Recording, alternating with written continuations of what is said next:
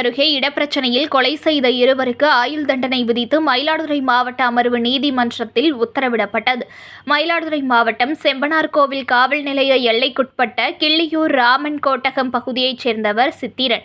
இவரது குடும்பத்தினருக்கும் அதே பகுதியைச் சேர்ந்த பிச்சைக்கண்ணு குடும்பத்தினருக்கும் இடப்பிரச்சனை தொடர்பாக இருந்த முன் விரோதத்தின் காரணமாக 2022ஆம் ஆண்டு பிச்சைக்கண்ணு குடும்பத்தினர் சித்திரன் குடும்பத்தினரை தகாத வார்த்தையால் திட்டி கட்டையால் தாக்கியுள்ளனர். இதில் தலையில் பலத்த காயமடைந்த சித்திரன் நிகழ்விடத்திலேயே உயிரிழந்தார். இதுகுறித்து சித்திரனின் மனைவி அஞ்சம்மாள் செம்பனார்கோவில் காவல் நிலையத்தில் அளித்த புகாரின் பேரில் நடராஜன் மகன் பிச்சைக்கண்ணு, களியபெருமாள் மகன் பாலமுருகன், பிச்சைக்கண்ணு மனைவி ஜெயலட்சுமி, ரவி மனைவி பிரியா, பாலமுருகன் மனைவி காளியம்மாள் ஆகியோர் மீது கொலை வழக்கு பதிவு செய்யப்பட்டு கைது செய்யப்பட்டனர்.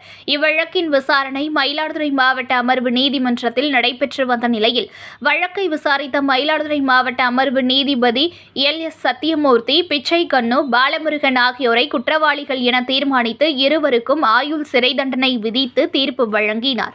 இதையடுத்து இருவரும் கடலூர் சிறையில் அடைக்கப்பட்டனர்.